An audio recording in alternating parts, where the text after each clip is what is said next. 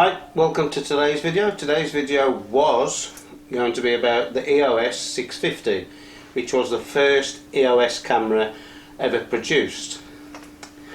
But however, the LCD screen doesn't work properly, so it will be very difficult to take pictures with this camera because it will be very difficult to tell what settings you actually have. So instead of the EOS 650, we're going to do the EOS 600, which was a couple of years later. It's a very sophisticated camera. The EOS 600 was produced in 1989, and it's a significant camera because it's the first one that I'm aware of that has autofocus tracking, and in that mode it was capable of 2.5 frames per second. And this is the EOS 600. I've already put a battery in. The battery is a 2CR5. Take it out of lock into A.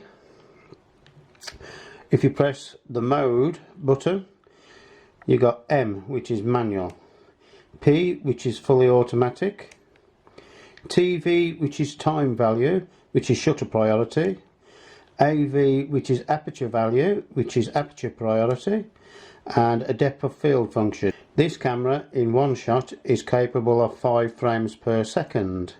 To change it from one shot to continuous focus, you press the AF button, which is the orange one, and use the dial. The AI servo will continually focus on the focus point. So if there's anything moving, you keep the focus point on that subject and it will continue to focus until you take the shot. In manual, to set the shutter, you would use the dial, and it is capable of 2,000th of a second, and it goes all the way down to 30 seconds, and it also has a bulb mode. To set the aperture while you're in manual, there is a little button here at the bottom of the lens, not on the lens, on the bottom of the camera by the lens, which is M. You press the M and again you use this, and as you can see the aperture is now changing. The aperture values depend on the lens that you've attached to the camera. There is an exposure compensation which goes to 5 under and 5 over.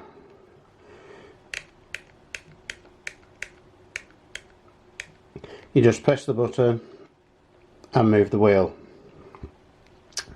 There are also multiple exposures. You press both buttons down together and you've got the 1, 2, 3, 4, 5, 6, 7, 8 and 9. It's capable of taking 9 exposures on the same frame.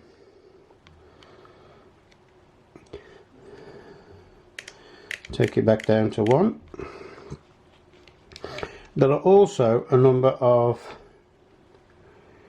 custom functions, and for custom functions you would press the blue button and the black button. I haven't got a manual for this camera, so I don't actually know what the custom functions are. There is also a battery check, which is just the black button, and don't know if you can hear that, but it just clicks, and you got your 3 bars which shows the battery is in good condition. If you want to rewind the film halfway through, you would press the rewind. If you don't and you use the whole film, it will automatically rewind and rewind back into the canister. I've already put a battery in, but I'll show you where the battery goes. You unscrew this here and then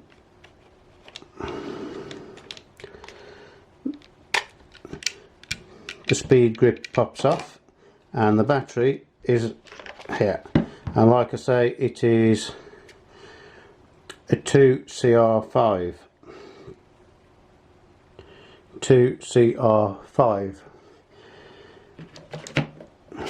Put it back in the right way around, obviously. Clip it in, clip the speed grip back on, wind it.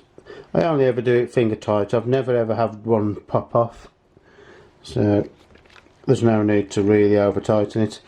To insert the film, it's the button and the lever. Press the button, flip the lever and open it up, and as you can see, it is quite respectable. There are a few marks on the shutter, so it'll be interesting to see if the shutter speeds are accurate. But basically, you insert the film, stretch the film to the orange dot, close the back, and it will auto wind the film. So we're going to take the film out, the camera out now. We're going to go probably somewhere in the Peak District. I'll let you know, and we're going to give it a try. And this is where we've come today, at the Magpie mine in the Peak District.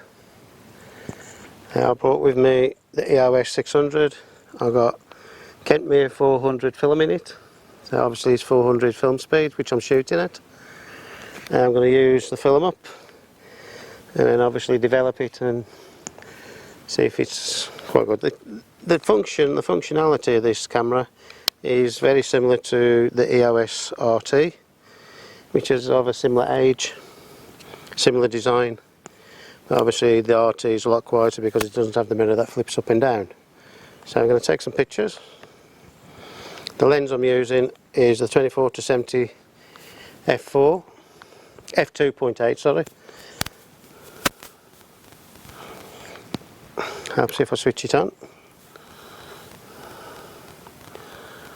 I've got f8 at 250th of a second.